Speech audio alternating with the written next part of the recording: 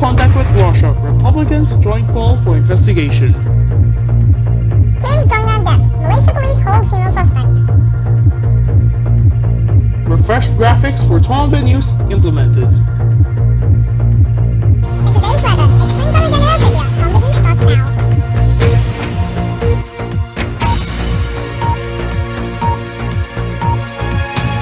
Good evening, and today is Thursday, the 17th of February, 2017. Welcome to a new Tongban News. Now, here's the news.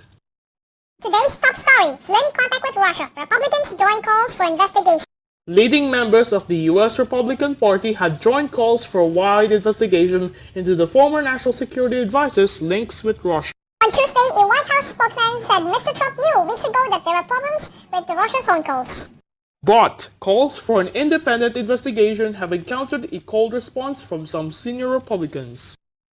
The development came as the New York Times reported that phone records and intercepted calls show members of Mr. Trump's presidential campaign, as well as other Trump's associates, had repeated contacts with senior Russian intelligence officials in the year before the election. However, officials spoken to by the newspaper said they had not yet seen evidence that the Trump campaign colluded with Russia on the hacking of the Democratic National Committee or to influence the election. Meanwhile, here's some more news. Kim Jong-un death. Malaysia police hold female suspect. A female suspect has been arrested in Malaysia in connection with the death of North Korean leader Kim Jong-un's half-brother. Local police said that the woman was arrested at the airport in the capital Kuala Lumpur, where Kim Jong-un was targeted in an apparent poisoning on Monday. She was in possession of a Vietnamese travel document. Malaysian police say that they are looking for a few other suspects. Police said the arrested suspect was alone and was identified from CCTV footage taken at the airport. They named her as Doan Thi Huong, 28. South Korean media have widely reported that two women said to be North Korean agents were involved and fled the airport in a taxi, though Malaysian police have not confirmed those details. We'll be back after this short break. Stay tuned. Welcome back to the news. Refresh graphics for Tongban News implemented. Outfit 7 Television has been revamping its news division, and with that, Tongban News has been refreshed in a more corporate look.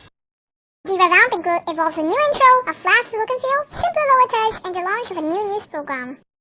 90 seconds. A news program to be broadcast to be similar to 60 minutes, but instead of 60 seconds, it has been stretched to 90. The weather bulletins will remain more or less the same.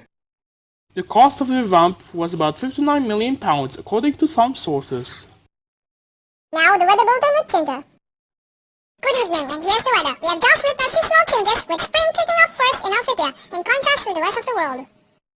Shocking schedule at 17 degrees Celsius with clear skies. To the north, we have quite a nice day with 20 degrees. West Alphtia is in 15 degrees Celsius with a slight drizzle that extends to the southern region. The east will be blanketed by clouds and a temperature of 12 degrees Celsius. Finally, South Alphtia will have, again, a slight drizzle with 18 degrees. That's all for the day. And that was the weather. Visit outfit7tv.com/news for more news and content. Bye. This is Tongban News. This is Tom.